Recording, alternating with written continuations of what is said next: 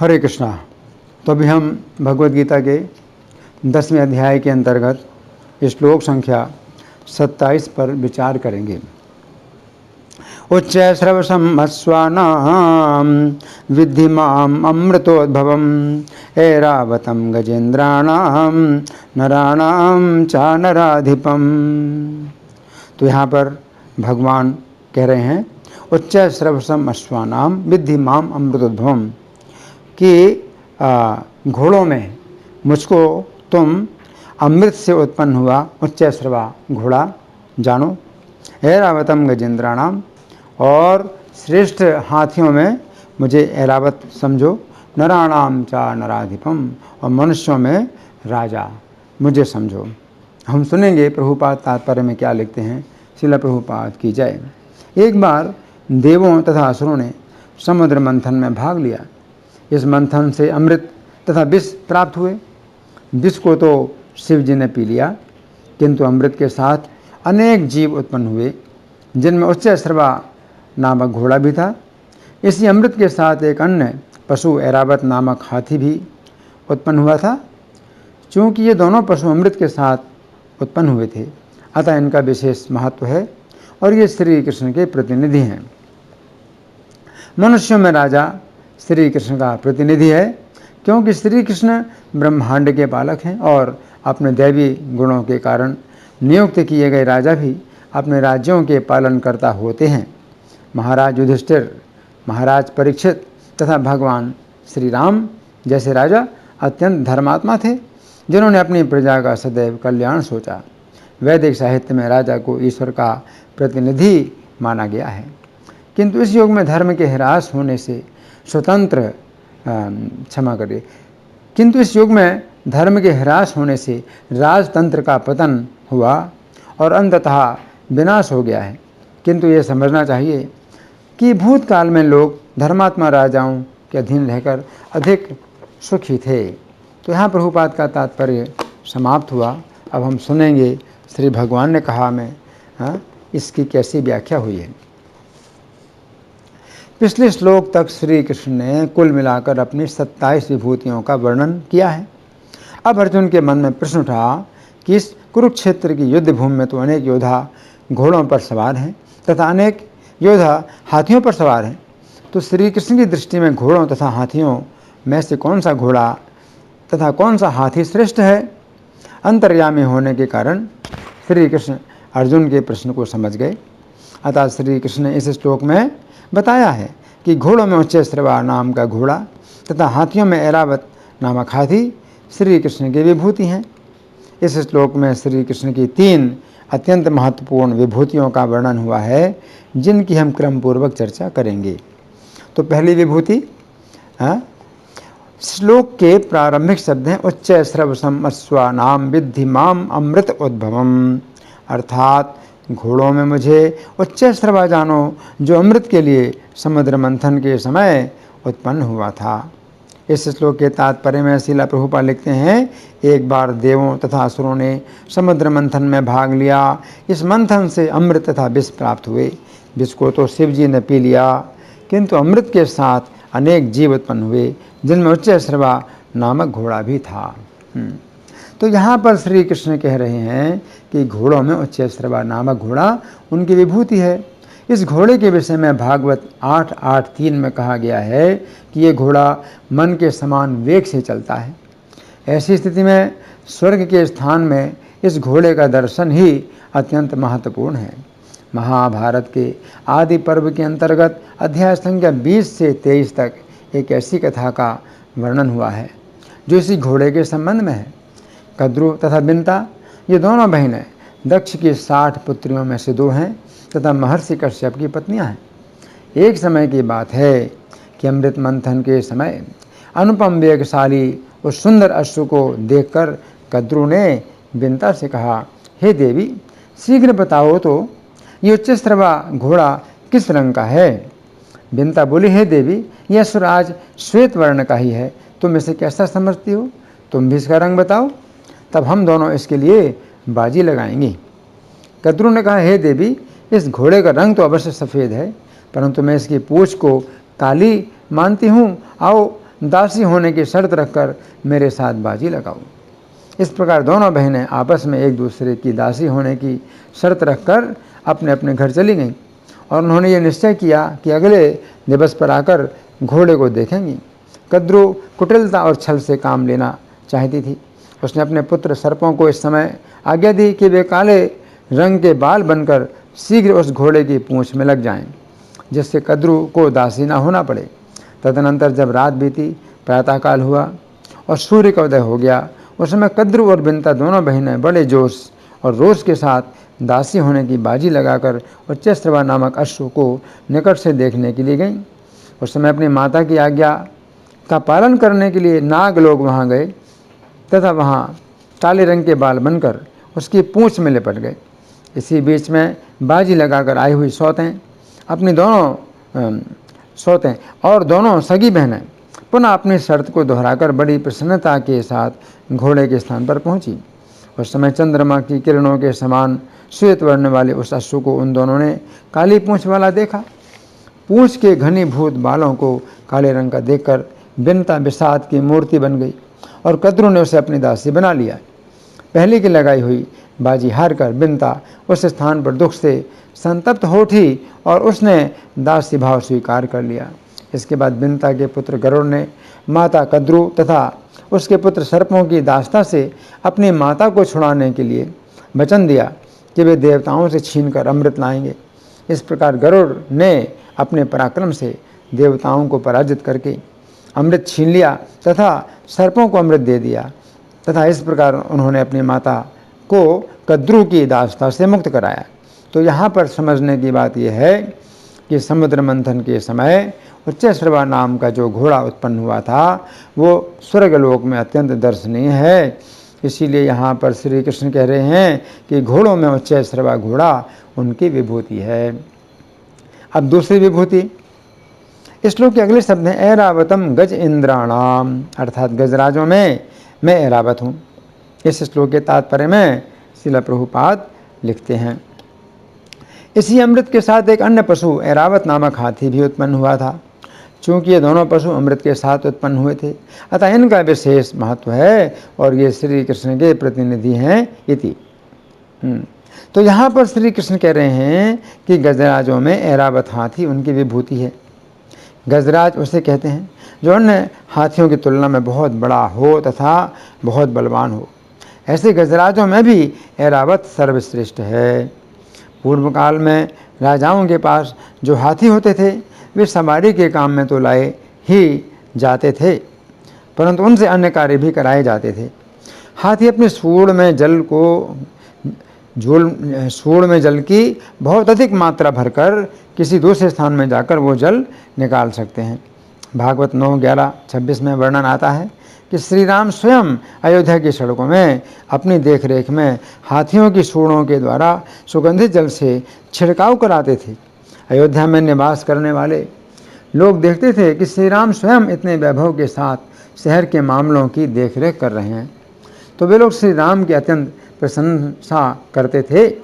उक्त श्लोक के तात्पर्य में श्रील प्रभुपाद लिखते हैं, अयोध्या की सड़कें न केवल बहारी जाती थीं वरन सुगंधित जल तथा हाथी की सूंडों द्वारा छिड़के गए सुगंधित द्रव से सींची जाती थीं। उस समय छिड़काव करने वाले यंत्रों की जरूरत नहीं पड़ती थी, क्योंकि हाथियों में जल को अपनी सूंड में भरकर छिड़कने की सहज शक्ति पाई जाती है इति। तो यहाँ पर श्री कृष्ण कह रहे हैं कि सभी गजराजों में ऐरावत हाथी उनकी विभूति है। भागवत के 10वें स्कंध के अंतर्गत अध्याय संख्या 27 में वर्णन आता है कि जिस समय इंद्र ने ब्रज का विनाश करने के लिए भारी वर्षा की थी तथा श्री कृष्ण ने ब्रजवासियों की रक्षा करने के लिए गोवर्धन पर्वत उठाया था तथा इस प्रकार इंद्र का गर्भ दूर किया था, उस समय इंद्र ब्रज में श्री कृष्ण से अपने अपराध के लिए क्षमा याचना करने के लिए आए तथा उन्होंने ऐरावत हाथी की सूंड में लाए हुए आकाश गंगा के जल से श्री कृष्ण का अभिषेक किया। बृहद भागवत में सूचना प्राप्त होती है कि ऐरावत हाथी की 7 सूंडें तथा 4 दांत हैं। ये समझने की बात है कि ऐरावत हाथी की 7 सूँडों में आकाश गंगा का कितना अधिक जल आया होगा कि श्री कृष्ण के अभिषेक के बाद जो जल बहा उससे गोविंद कुंड बन गया। तो यहाँ पर श्री कृष्ण कह रहे हैं कि सभी गजराजों में ऐरावत हाथी उनकी विभूति है। अब तीसरी विभूति, इस श्लोक के अंतिम शब्द हैं नराणाम च नर अधिपम, अर्थात मैं मनुष्यों में राजा हूँ। इस श्लोक के तात्पर्य में श्रील प्रभुपाद लिखते हैं मनुष्यों में राजा श्री कृष्ण का प्रतिनिधि है, क्योंकि श्री कृष्ण ब्रह्मांड के पालक हैं और अपने दैवी गुणों के कारण नियुक्त किए गए राजा भी अपने राज्यों के पालन करता होते हैं। महाराज युधिष्ठिर, महाराज परीक्षित तथा भगवान श्री राम जैसे राजा को ईश्वर का प्रतिनिधि माना गया है, किंतु इस युग में धर्म के ह्रास होने से राजतंत्र का पतन हुआ और अंततः विनाश हो गया है। किंतु ये समझना चाहिए कि पूर्व काल में लोग धर्मात्मा राजाओं के अधीन रहकर अधिक सुखी थे इति।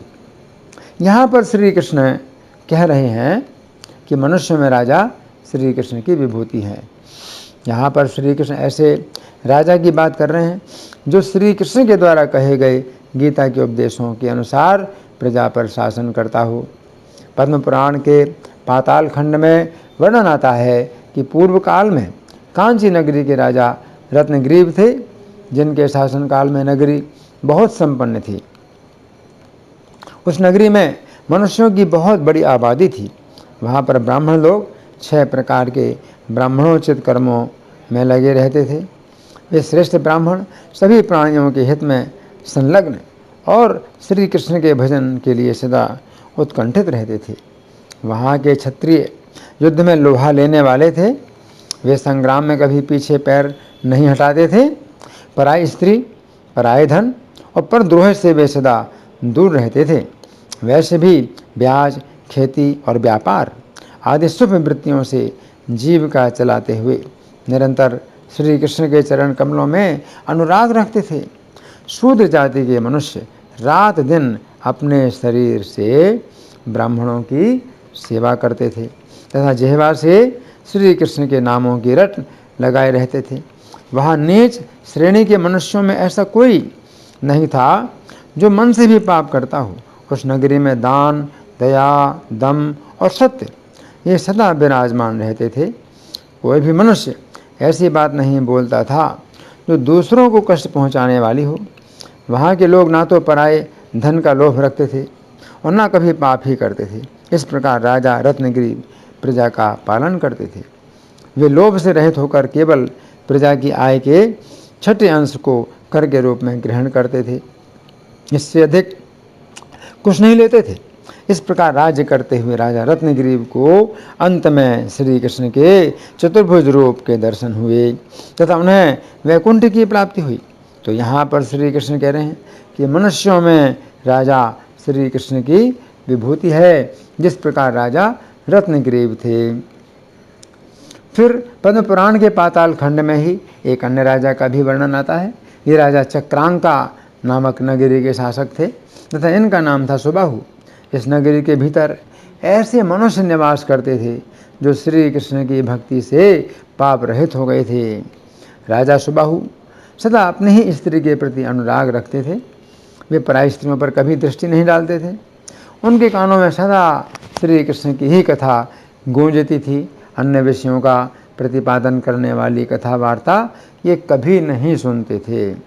प्रजा की आय के 6ठे भाग से अधिक दूसरे का धन कभी नहीं ग्रहण करते थे। ये राजा सदा श्री कृष्ण की सेवा में लगे रहते थे और श्री कृष्ण के चरण कमलों का सदा चिंतन किया करते थे। ये परधर्म से विमुख होकर सदा सुधर्म का ही सेवन करते थे। तो यहाँ पर श्री कृष्ण कह रहे हैं कि मनुष्यों में राजा उनकी विभूति है, जिस प्रकार राजा सुबाहु थे।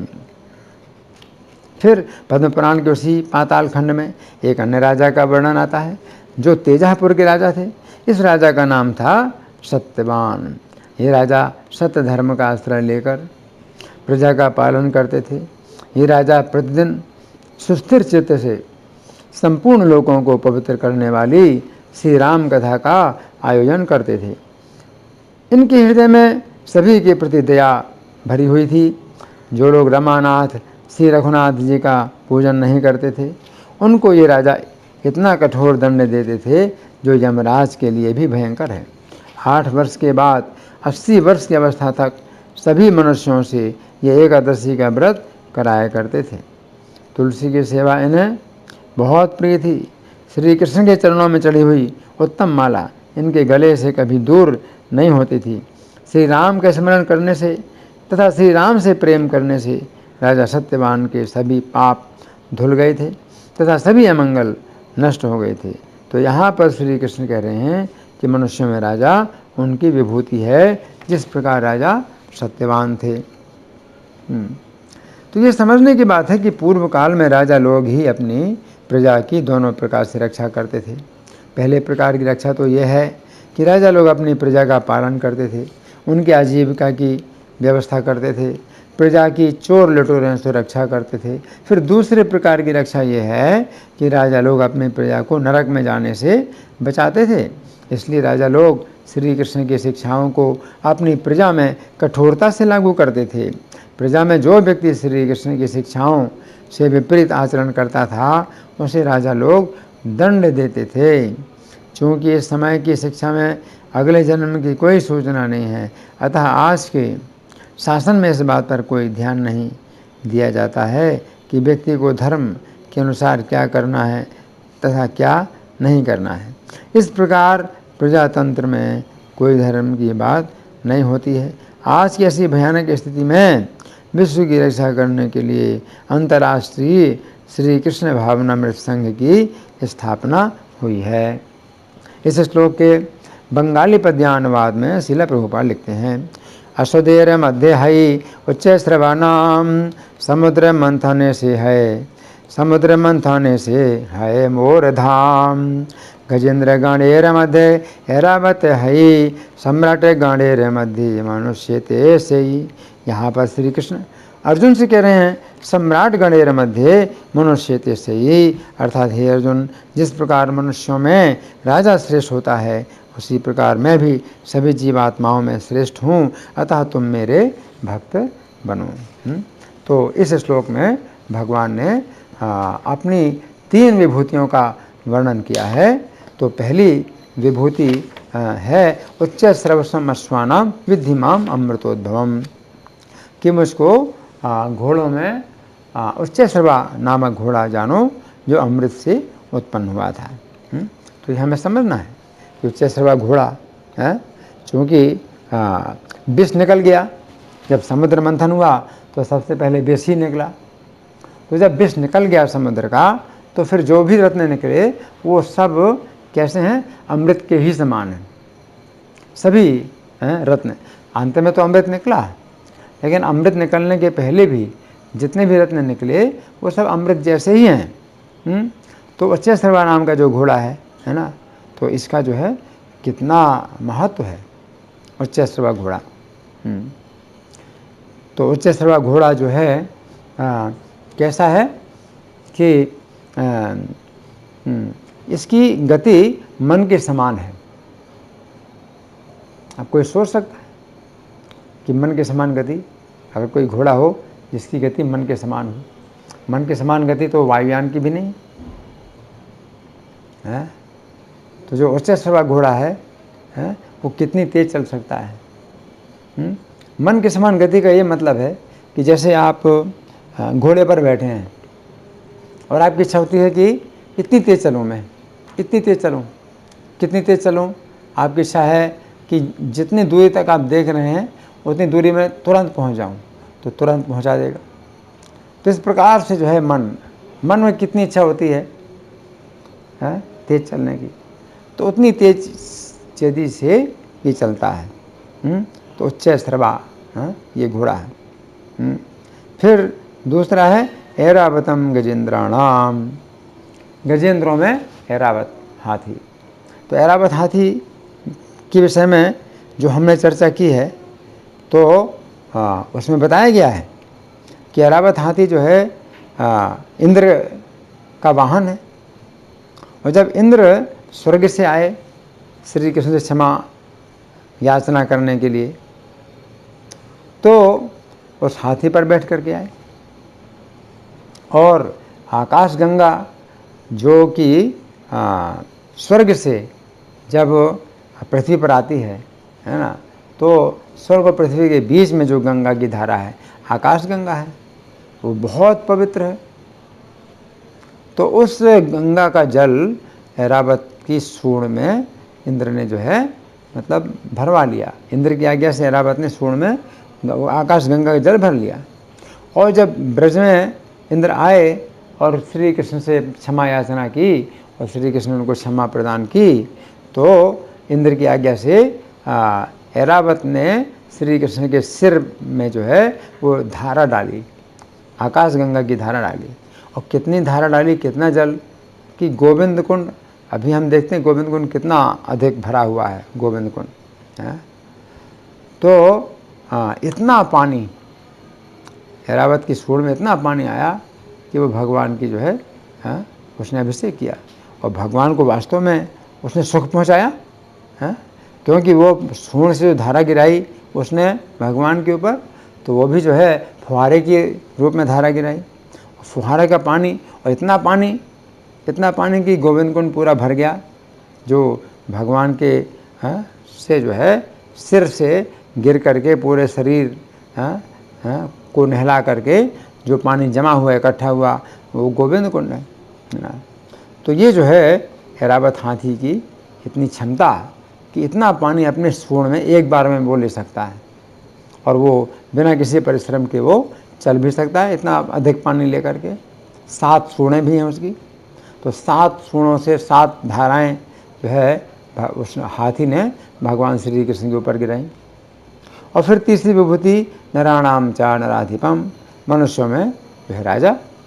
तो जो राजा होता है तो वो भी भगवान की जो है विभूति है, क्योंकि उसके शासन में प्रजा को जो है पाप से डर रहता है। इस समय पाप से किसी को डर नहीं है, क्योंकि आज की शिक्षा जो इतनी गलत है कि किसी को पाप से डर ही नहीं है। लेकिन उस समय राजा के शासन में हर व्यक्ति डरता था, तो पाप करने से डरता था।